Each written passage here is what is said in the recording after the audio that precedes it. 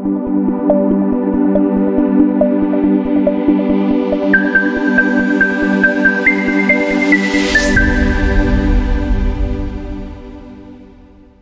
everyone, I am Dr. Tulsi, Vitreoretina Consultant, Modern Retina Center, Nellore.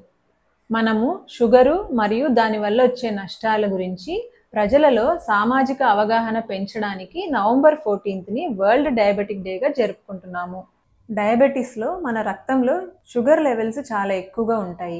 దానివల్ల కళ్ళు, kidneys, గుండె, నరాలు దెబ్బతినే అవకాశం ఉంటుంది. అందుకని మనం వీలైనంత తొందరగా డయాబెటిస్ని కనిపెట్టి దానివల్ల వచ్చే నష్టాలను అరికట్టడమే చాలా ముఖ్యం. మనము డయాబెటిస్ని అరికట్టచ్చా? దీనికి సమాధానం both yes and no. Sugar వల్ల కంట్లో మనకు శుక్లాలు, diabetic retinopathy, diabetic macular oedema, neovascular glaucoma అనే కాంప్లికేషన్స్ రావచ్చు. వీటి కోసం మనము రెగ్యులర్గా స్క్రీనింగ్ అనేది చేయించుకోవాలి కంటికి.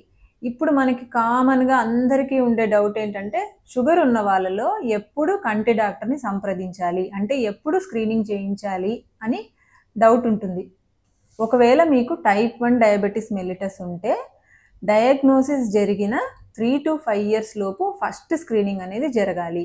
అదే మీకు టైప్ 2 డయాబెటిస్ మెల్లిటస్ ఉంటే డయాగ్నోసిస్ అయిన వెంటనే కంటి డాక్టర్ని సంప్రదించి డయాబెటిక్ రెటినోపతి స్క్రీనింగ్ అనేది జరగాలి.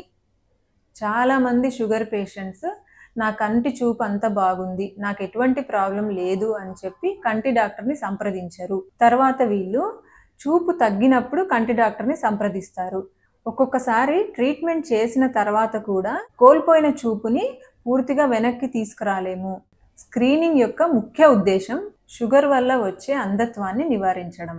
డయాబెటిక్ రెటినోపతిలో 6 స్టేజ్లు ఉంటాయి. స్టేజ్ 1 అనేది mild non proliferative diabetic retinopathy. Stage 2 వచ్చేసి moderate non proliferative diabetic retinopathy. Stage 3 severe non proliferative diabetic retinopathy. Stage 4 very severe non proliferative diabetic retinopathy. ఈ 4 స్టేజ్ల వరకు షుగర్ కంట్రోల్ అనేది ముఖ్యమైన treatment. కంటి డాక్టర్ తరపు నుంచి ఎటువంటి ట్రీట్మెంట్ ఉండదు.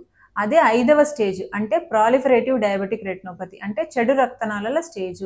తర్వాత వచ్చే 6వ స్టేజ్ అంటే high risk proliferative diabetic retinopathy. ఇందులో కంట్లోంచి రక్తం చిందడము, కంటి నరాల మీద పొరలు వచ్చి నరాన్ని లాగడము, కంట్లో నరాలు జారిపోవడం అనే సమస్యలు వస్తాయి.